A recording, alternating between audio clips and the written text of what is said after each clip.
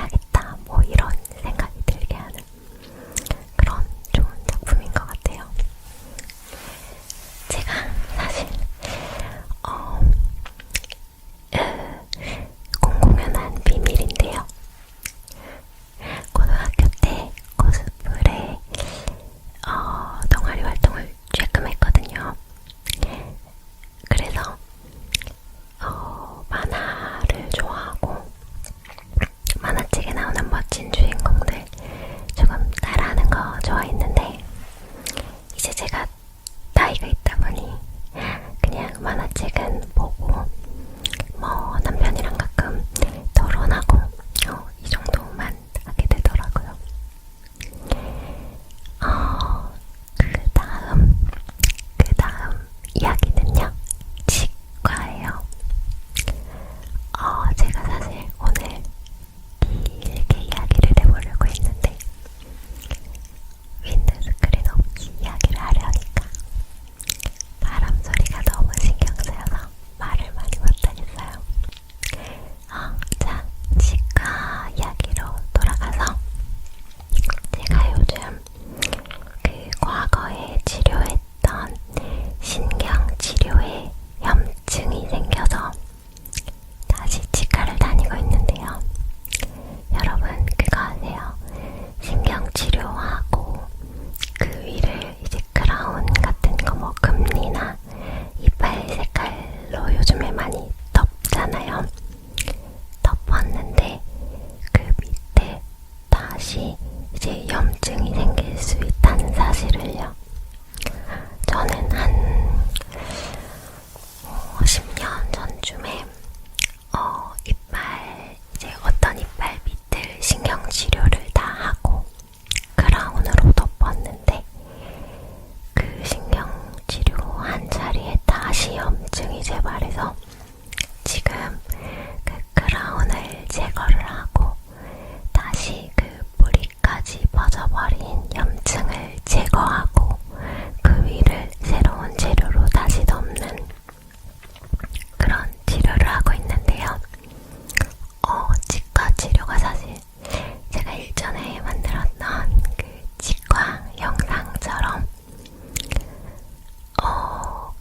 그렇게 뭐랄까 차분하게 치료가 이루어지지 않잖아요. 막 이빨을 드릴로 갈아서 구멍을 내고 뿌리까지 가서 그 염증을 긁어내고 막 이렇게 하니까 치과 치료 갈 때마다 약간 소름 끼쳐요. 그래서 제가 만든 치과 치료 영상이 뭔가 제가 희망하는 치과 치료랄까요? 실제 치과는 그렇게 유쾌하지 않기 때문에 제가 희망하는 그런 영상을 만든 것 같다라는 생각이 들어요. 요즘 그래서 열심히 치과를 다니고 있는데 소름이 조금 끼칩니다.